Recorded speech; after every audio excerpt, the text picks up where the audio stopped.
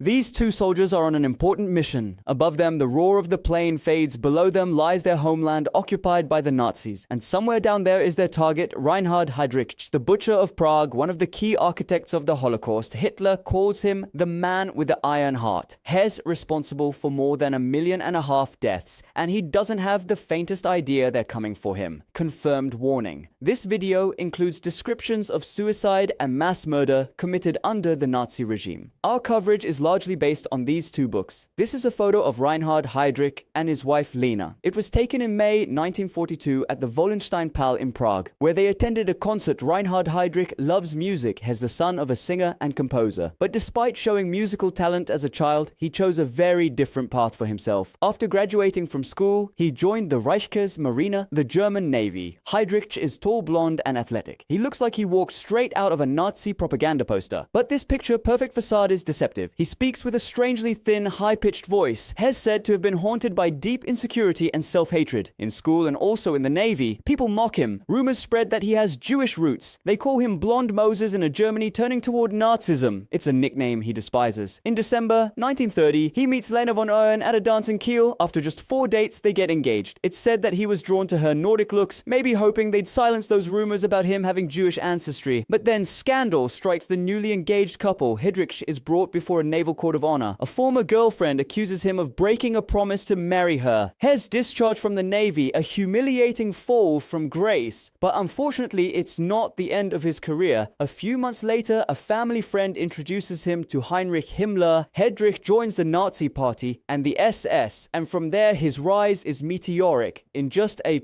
few years, Heydrich becomes one of the most powerful men in Nazi Germany, has made chief of the Reich Security Main Office, the SS and police agency. In 1938, he orchestrates Kristallnacht, the night of broken glass across Germany. Synagogues burn, Jewish businesses are ransacked, and thousands of people are arrested, beaten, or killed. In July 1941, Heydrich is tasked with planning what the Nazis call the final solution to the Jewish question. The blueprint for the systematic mass murder of Europe's Jews. Heydrich is the boss of Adolf Eichmann, another key Holocaust architect we covered in this video. A few months later, in autumn 1941, Heydrich receives a significant promotion. He's sent to Prague as Deputy Reich Protector of Bohemia, and Moravia. Nazi Germany occupied the Czech lands in 1939, and the Reich Protector Konstantin von Rott governs the territory. But von Neurath is considered too lax, so Heydrich becomes the de facto governor. He definitely isn't too lax. Hitler has sent the man with the iron heart. Heydrich orders mass arrests, executions, and deportations. Thousands of Czechs are sent to concentration camps. His reign of terror earns him a title that history will never forget: the Butcher of Prague.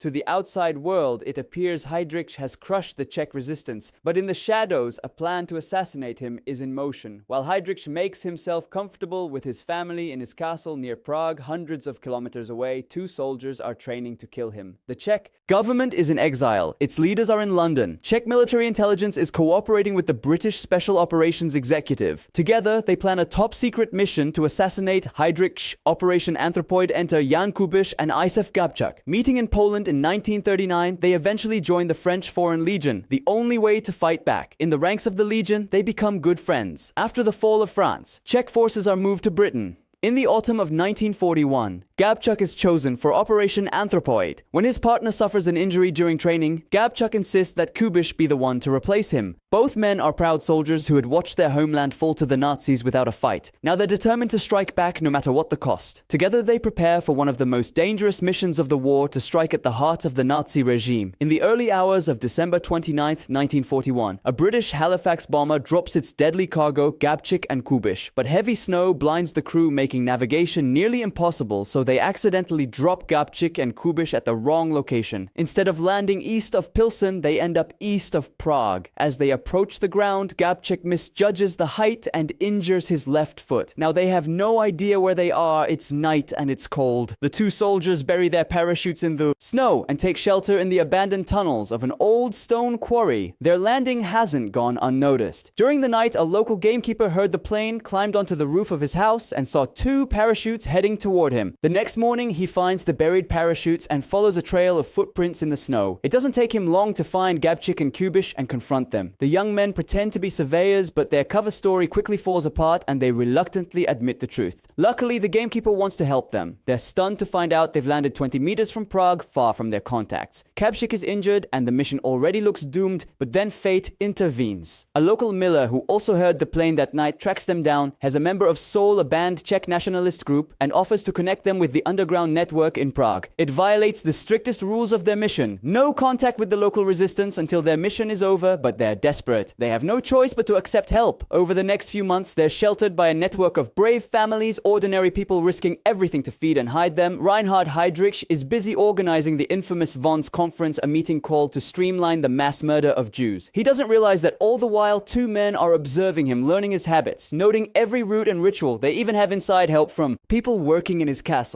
They sketch out several ideas for how to take him out. An attack at his castle or his estate isn't an option. The SS guards them too closely, but they see another opening. Heydrich always travels without guards, accompanied only by his chauffeur. It's the one time he's exposed. So they decide to strike while he's on the road. They consider stretching a wire across the street to force his car to slow down, but time is running out. They hear rumors that Heydrich might leave Prague soon. The pressure mounts and they need to move quickly. May 26th, 1942, in a magnificent concert hall, Heydrich and his wife enjoy compositions by his father Bruno. Not far away, two men finish their final checks. Tomorrow, they'll attempt to kill the Butcher of Prague. Gabčík is armed with a British Sten gun. Kubiš holds the explosives. They pack two briefcases. One contains the disassembled Sten gun, while the other holds two bombs. To an observer, the briefcases look ordinary. The weapons are hidden beneath layers of fresh grass. It's the perfect cover. With wartime food shortages, many locals keep rabbits, so carrying grass for feed is a common sight. The next morning, Reinhard Heydrich's day begins peacefully. It's a fresh spring morning. He finishes breakfast and plays with his three children. His wife is pregnant with a fourth. At around 100, he leaves the safety of his castle with his chauffeur on a narrow street in the Líbeň district on the outskirts of Prague. Gabčík waits. Kubiš is positioned here just a few meters away. Both have stood here for over an hour, tense, silent, ready. Then finally, Heydrich's Mercedes-Benz pulls up. Not yet, not yet. Now, Gabčík steps forward, throws off his raincoat, raises the Sten and pulls the trigger, but nothing happens. Months of training for this one moment and the gun jams. Maybe grass clogged the mechanism. The Sten had a reputation for jamming easily, or maybe it's just bad luck. Well, never know. Heydrich thinks there's only one attacker, so he yells at his driver to stop and draws his pistol. Kubiš seizes the moment, but he misjudges his throw. Heydrich survives. Kubiš scrambles onto his bicycle and disappears down the street. Gabčík is chased by Heydrich's driver and flees into a nearby butcher shop. When the driver bursts in, Gabčík finally makes the stem work, shooting him in the leg and escaping. Both assassins get away, but there's no sense of triumph. The mission failed. They haven't eliminated their target, but Heydrich is critically wounded by the explosion, has rushed to Balubce hospital in a passing delivery truck, and on June 4th, 1942, 8 days after the attack, Reinhard Heydrich succumbs to his wounds. Immediately after the assassination, the Gestapo launches a massive manhunt for the attackers, but they have no real leads. Frustrated, the regime demands blood to avenge the death of the deputy right protector. The Nazis choose the village of Leta, which has 503 residents, for their revenge. They suspect some within the village support the attackers, but there's no real evidence of this. On June 10th, 1942, a few hours after midnight, Nazi troops raid the village. They shoot 173 men on the spot. The women are sent to Ravensbrück concentration camp. Children under a year old and those selected for re-education through placement in German families remain alive. All other children are killed at the Chelno extermination camp in Poland. Of the village's former 503 inhabitants, only 143 women and 17 children survived the war. After murdering or deporting the villagers, the Nazis destroyed the entire village, the homes, the church, even the cemetery. They filmed the entire process. By 1943, only this empty field remains. For the Nazis, the destruction of the town is symbolic of their power. Usually they would try to hide their war crimes, but this time their brutality is on full display. But even after burning Leta to the ground and murdering most of its inhabitants, the Nazis aren't done. They want to find the men behind the attack, so they announce an amnesty. Anyone who comes forward with information will be spared, and there is a reward. One of Gabčík and Kubiš's comrades takes the deal. His name is Karl Čugda. His story is similar to theirs. He fled to Poland, joined the French Foreign Legion, and trained in Britain for special operations. He was also brought to the Protectorate for a mission, but on June 16, 1942, he decides to collaborate with the Gestapo in Prague in exchange for a new identity and the cash he gives them, the assassins and the names of the families sheltering them. One of them is the Moravits family. The Gestapo storms their home. The mother takes her own life with poison, but her son is taken for interrogation. Using truly unspeakable methods, they break him. He eventually tells them what his mother once told him. If you're ever in serious trouble, go to the church of Saint Cyril and Methodius. Inside this Orthodox church, Gabčík and Kubiš have found refuge. Here in the damp darkness of the crypt, the two assassins and 5 other paratroopers wait for orders from London. They know about Lita. They know that hundreds of innocents have already died in the Nazi reprisals. Crushed by guilt, they consider committing suicide in a public park. They hope that leaving a note claiming responsibility might finally stop the killings, but before they can make their move, it's too late. The Nazis surround the church, then all hell breaks loose. 7 men against more than 700 SS and Gestapo troops, when the Nazis can't